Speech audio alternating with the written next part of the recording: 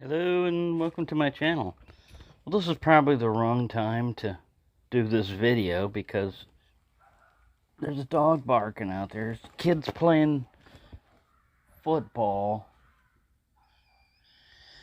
But it's the typical noise you hear from within an apartment with all your doors and windows closed. So you have to put up with a little bit of noise a lot of times. Anyways, what I wanted to discuss is this, it's now, Big Red and Zach and them, a lot of it have even got like a hashtag for it, which is do something kind for someone. Hinging off that, I just wanted to explain to a lot of new people that are wondering, where these knives like this come from and who Toby is and everything else. Well, Toby is an anonymous, I want to stress that word, anonymous, basically like a benefactor. I didn't find him, he found me and wanted to support my channel. And he's one of those type persons that does this not to support his channel. He doesn't have a channel. I can tell you that he's got a family, 6 kids. He's got a job. So right there are 2 excuses for why you wouldn't be able to, support something else. But for whatever reason, he has done this, and I greatly appreciate it. Every knife and other items that he sends, I really wouldn't be able to get them.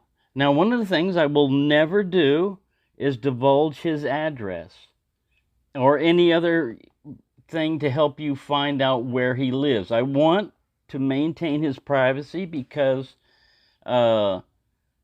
he wants his privacy maintained. If he wants to give you his address and his phone number and where he lives and all that other stuff, then he will.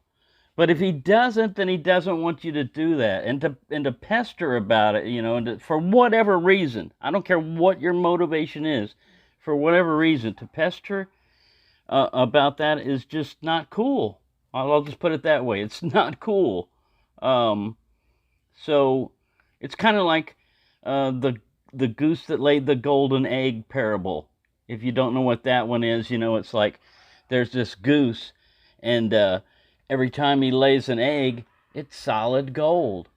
And, the people are like, amazing, this is great. And somebody gets the idea that, hey, let's find out how this goose is making this golden egg. Let's cut it open.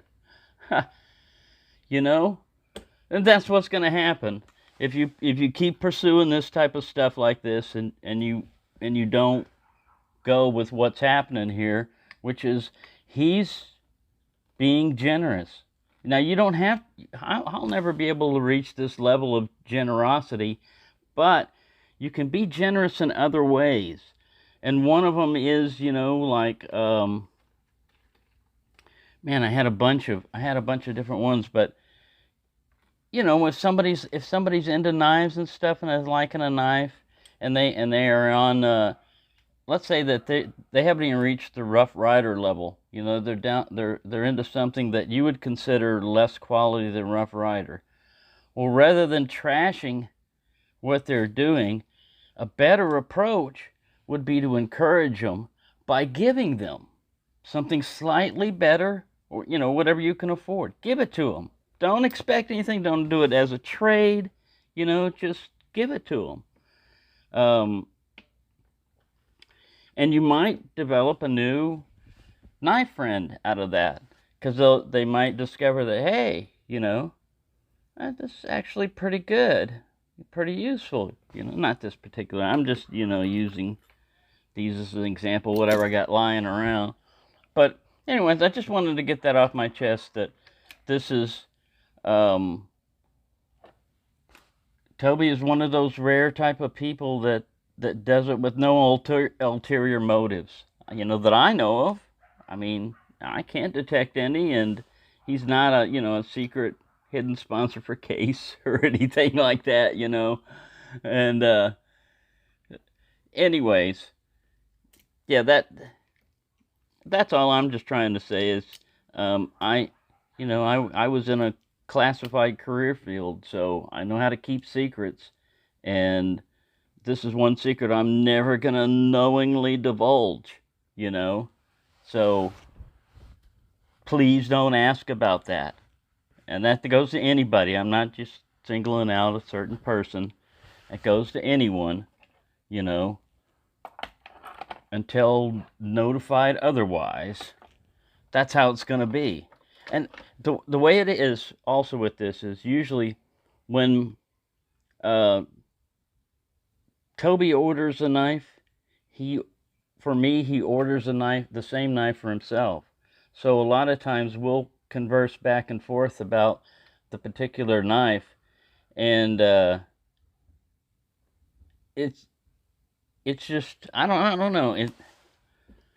I never know what he's going to be sending. A lot of times, it's just um, sometimes I have to just check my front door, and there's a package there. And if Amazon and them send it, it says my name on it, and then it has a slash and has Toby on it. So I'll know that, Toby sent it. And it's just it's just amazing. Like I said, any other thing, it'd be like when in the video, like stuff, it would be like winning the lottery or something, because um, you would never expect the type of stuff that he sends. And what's good about it is because it's a range too, because not everybody's going to be able to sit back and save up, and even if they like Bowie knives, to get one of these.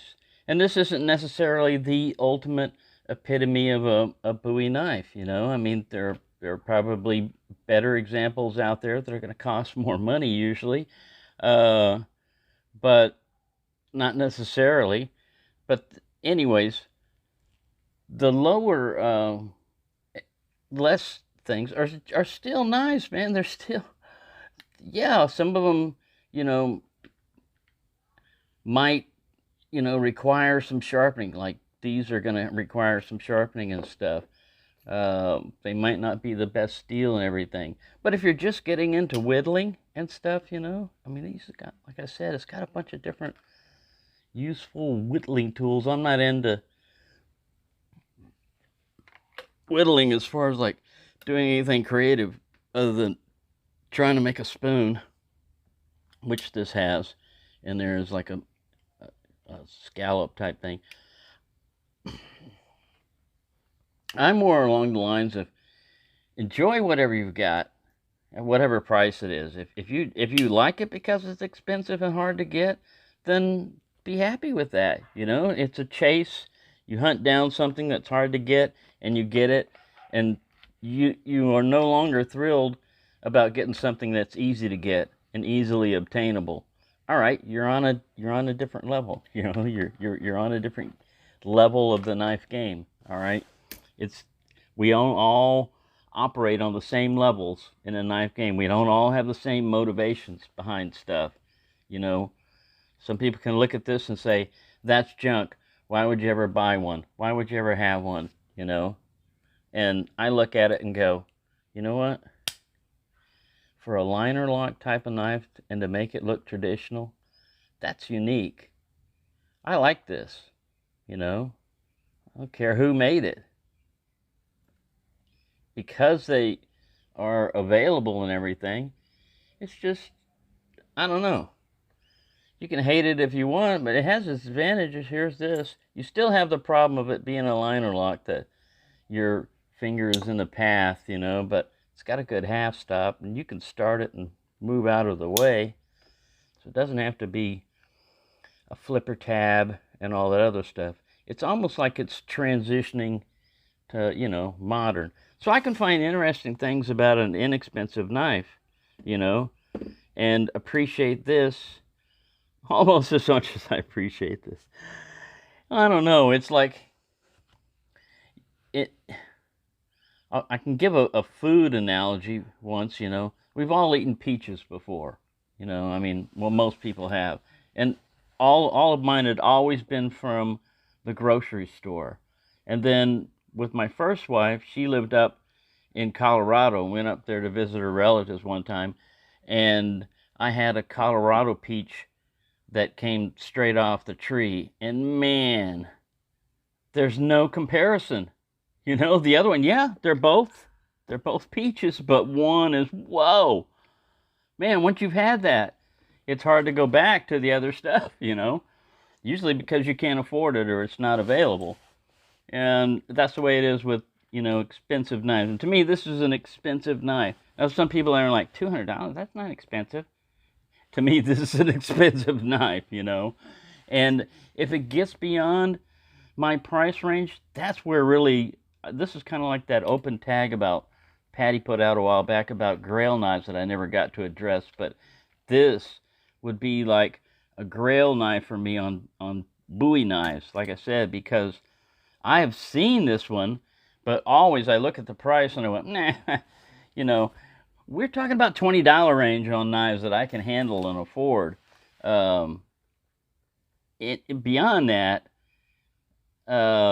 if it gets up anywhere up to like beyond $150 and stuff nowadays, even though that level has been lowered, I don't look at them as something like I could save up for, even though I could, even at a lower level, I just take longer. However much money you can have a knife fund and say, all right, I'm going to get this knife, and I'm setting aside this much money every time I get paid or wherever you get your money from.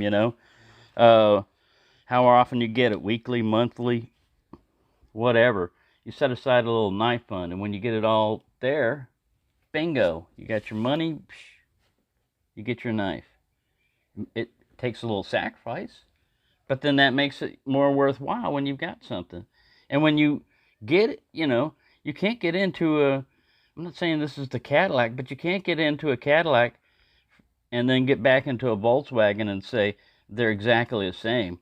Well, yeah, both are going to get you from point A to point B, but one's going to do it in a little more style, and usually a little bit more luxury, better materials, and it's not going to be as bumpy. I've owned a Volkswagen. It was one of my first, a VW Bug. I owned two of them. One of them I rolled. I flipped 2.5 times. 55-mile-an-hour roll. But anyway, that's another story. But that's all I was just trying to say on this is the story of Toby is as much as you're going to know, That's as far as you're going to know. Basically, if he wants you to know more, he's going to let you know more. and if he doesn't, don't worry about it, It's not a scam. This would have been, one person mentioned in a comment said that they thought that I was just making up Toby and Family. That's an original idea, man. I'm not that creative in my thought process, to be like, here this anonymous people are just sending me stuff and I'm acting like it's random, but I actually picked it. No, it's not that way.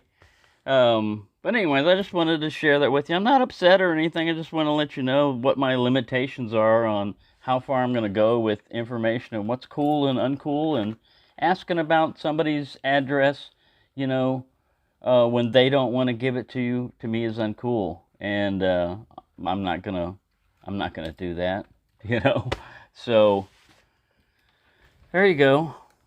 I just wanted to do that also to prevent that from happening in the future too, because I know that,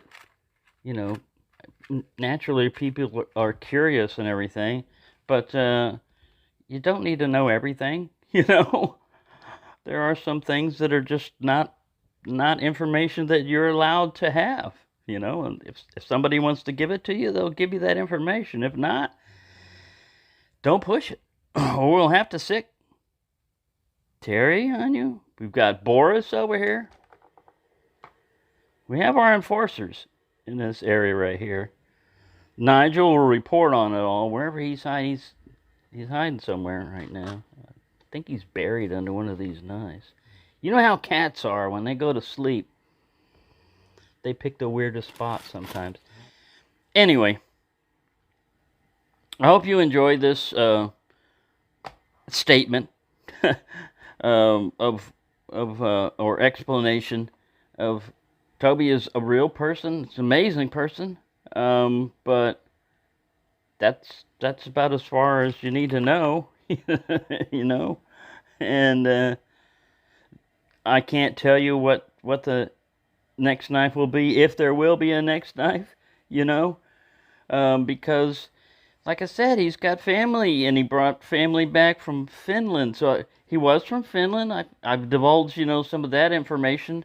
I think Finland's a great country, you know, along with all the other countries around there. But anyway, sorry for rambling on like that, but I just wanted to put this video up just to, as a response. It's a video response, so everybody will know what's okay and what's not okay to ask. Sorry to have to put it out this way, but that's the way it's got to be. Thank you for watching, and have a nice day.